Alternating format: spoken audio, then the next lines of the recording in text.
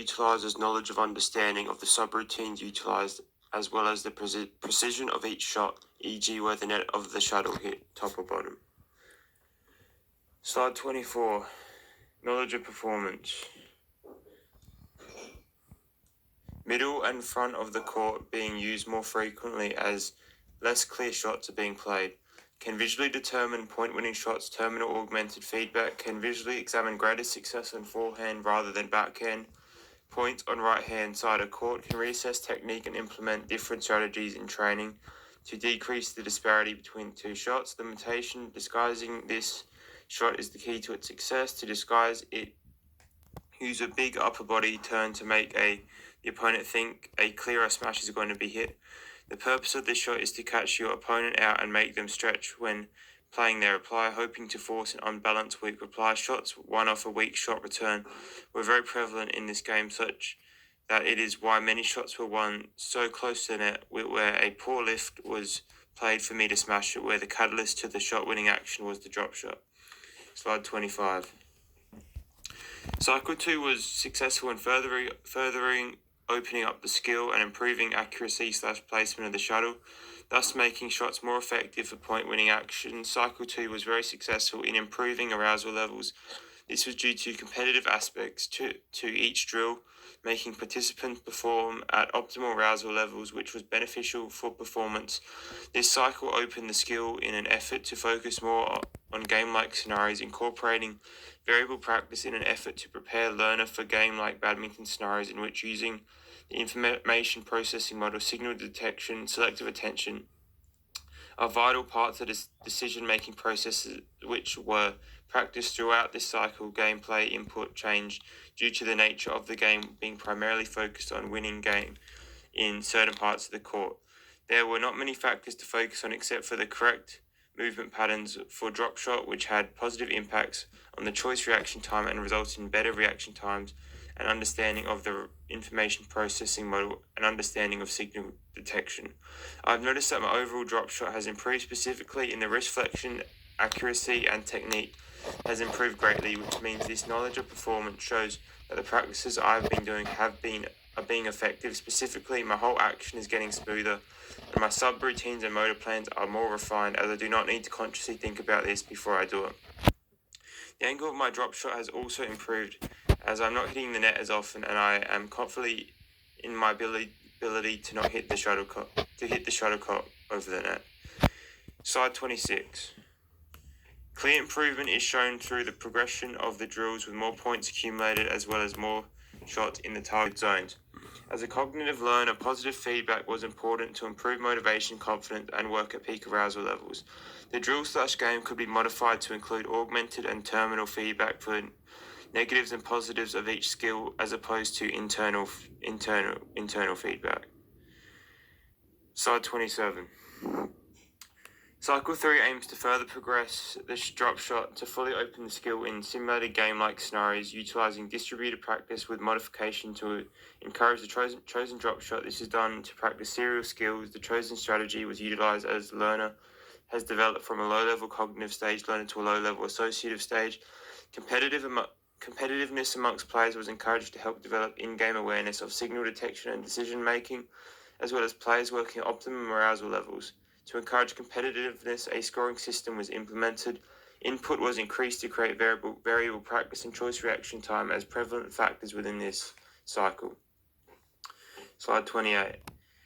The use of competitive gameplay with restrictions will allow me to better understand when and why I should play the drop shot during a real game of badminton. This is because I will be participating in drills where points may only be scored once a successful drop shot in a certain area is complete. This will provide a learner-centered approach that puts the needs and abilities of the participants first, and in doing so increases athletes' levels of arousal, all while providing them with the skills they need to move confidently in the selective skill as they begin to become more comfortable with the motor plan and subroutines.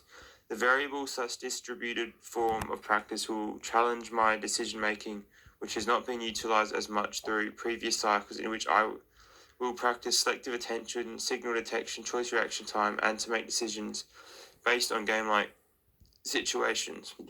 Slide 29. Cycle 3 aims to progress utilizing distributed practice. The game aims to practice the drop shot in game-like scenarios where utilizing the drop shot to win shots is vital and thus opening the skill. Utilizing multiple strokes in the distributed practice, this opens the skill even more from the previous cycle, utilizing similar rules in a more game-like setting. A different version where the skill is more open was utilized due to the success of the previous drill in Cycle 2, where due to the competitive nature, learners were consistently at peak arousal levels. Thus, I utilized a variation of this drill to maintain these arousal levels and further open the skill to improve my ability to perform a drop shot in a competitive game-like scenarios, thus distributed practice being used, as well as this being very important for developing my abilities in signal detection, as the opponent will play many shots. Selective attention will also be developed through this, as reading cues will be fundamentally important to success in this game, and utilizing quick decision making based on the cues given, being able to ignore certain cues and others to read an opponent's game.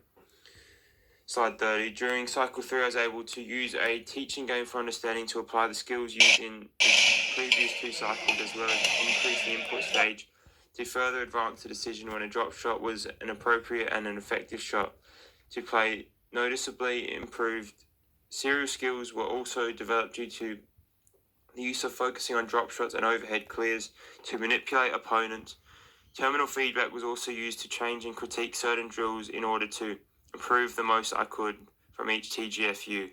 My drop shot became more effective as I was now directing them in an area where it would be more difficult for an opponent to receive, and I'm taking control of the game with the use of overhead clears and drop shots. I have now fully proceeded into an associative stage learner due to my improved motor plan and subroutines. Verbal feedback from peers allowed me to become more efficient with my technique, such as making sure I'm always getting behind the shuttle before commencing the action.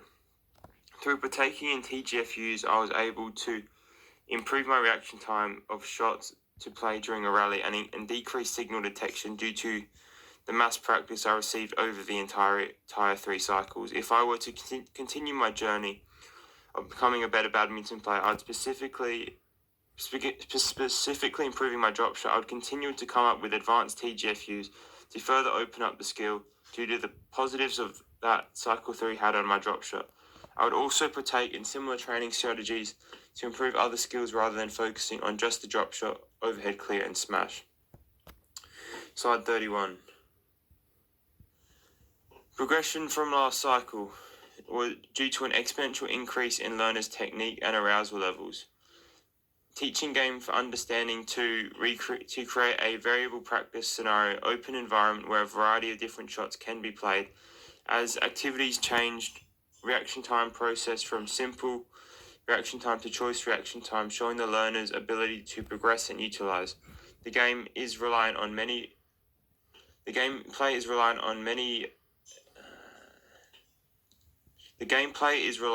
factors where the player has to use decision making and utilize knowledge of results.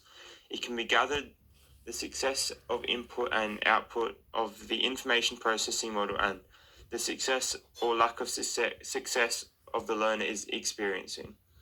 As seen in drills through the captured video evidence, we can see that both my footwork and subroutines have improved greatly over the cycles. I've displayed that I have improved as an overall badminton player due to my fluidity around the court and being able to manipulate my opponent's movement through a wide variety of shots.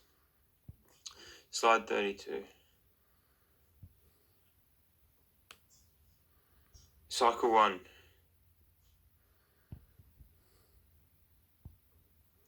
Start of Cycle 1. End of Cycle 3.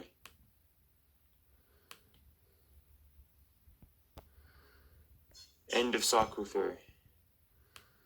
Slide 36, Improvement Analysis. Clear progression is shown from the 3 cycles to improve my badminton drop shot. Initially, I was at a cognitive stage of learning in which I did not understand the necessary subroutines or motor plan used for a drop shot, and is thus reflected through poor scores in my initial interpretation of the shot, whereas after the 3 cycles I aimed to improve my knowledge of the shot and practice. This clear improvement is shown to progress me from cognitive stage learner to a low-level associative stage learner.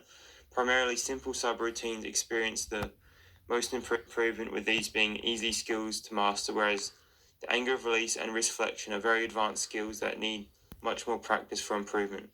The total score at week 1 was 11 out of a possible 40, which progressed to 23 after cycle 3, showing vast improvement with still plenty of improvement left for the drop shot. Slide 37. During the cognitive stages of my development, I used many drills to improve my... Fucking change.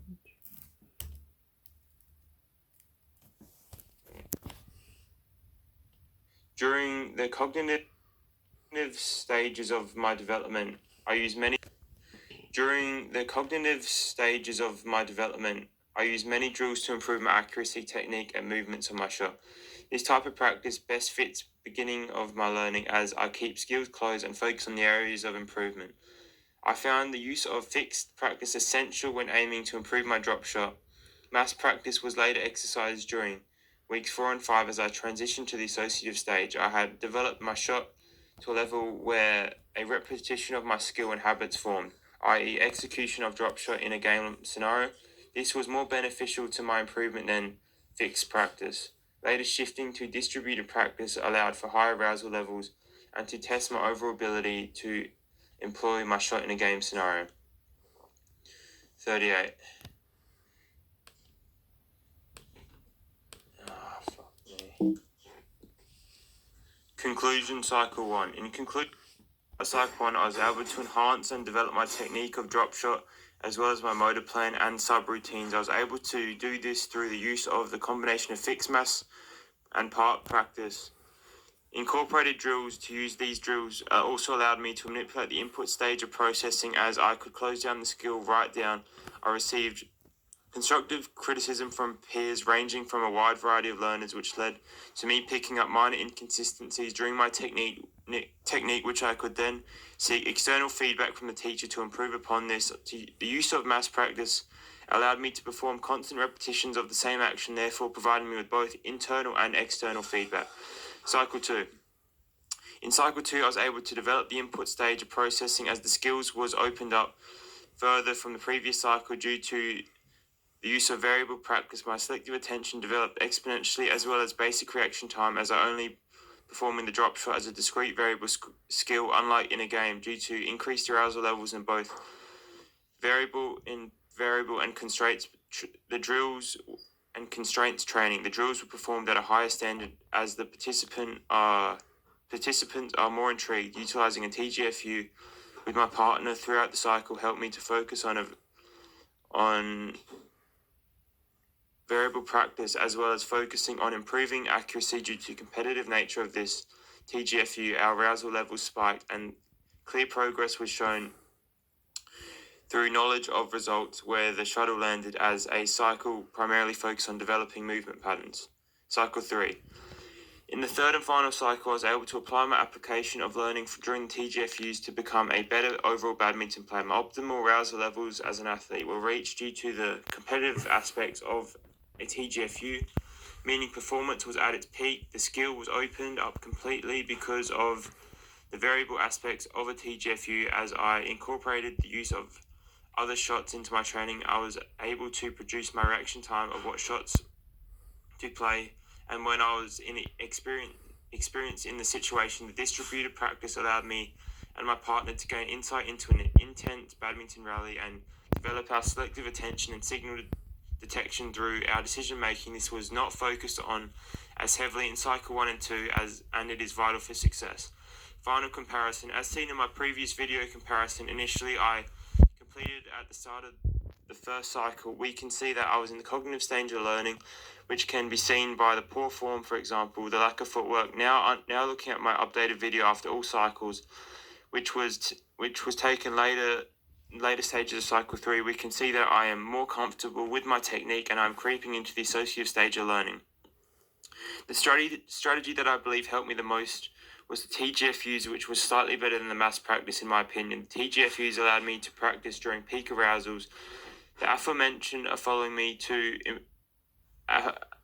me to improve in the most efficient way. TGFUs also set me up to perform the skill in games whilst under pressure. I also believe that mass practice had a big effect in the development of my techniques, as these drills provided me with a base to start on, which allowed a solid base for me to build on and refine my technique through opening up the skill.